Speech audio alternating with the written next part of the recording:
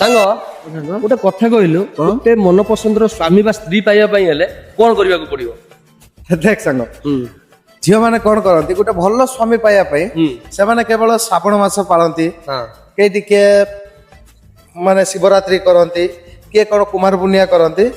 बहुत किसी उषा बार करती गोटे भल पुओ पाइबा कहीं भगवान आशीर्वाद सब मिल झील जेहेतु से झील कि पुओ मैंने भगवान का आशीर्वाद रही से गोटे भल झील पाइबा से नीट क्लियर करने पड़ो आईएएस ओएस आईपीएस केते कौन क्रॉस करके गोटे भल झील पाइबा पड़ो कहीं भगवान आम उपर दया करती केवल झील मान दया करती।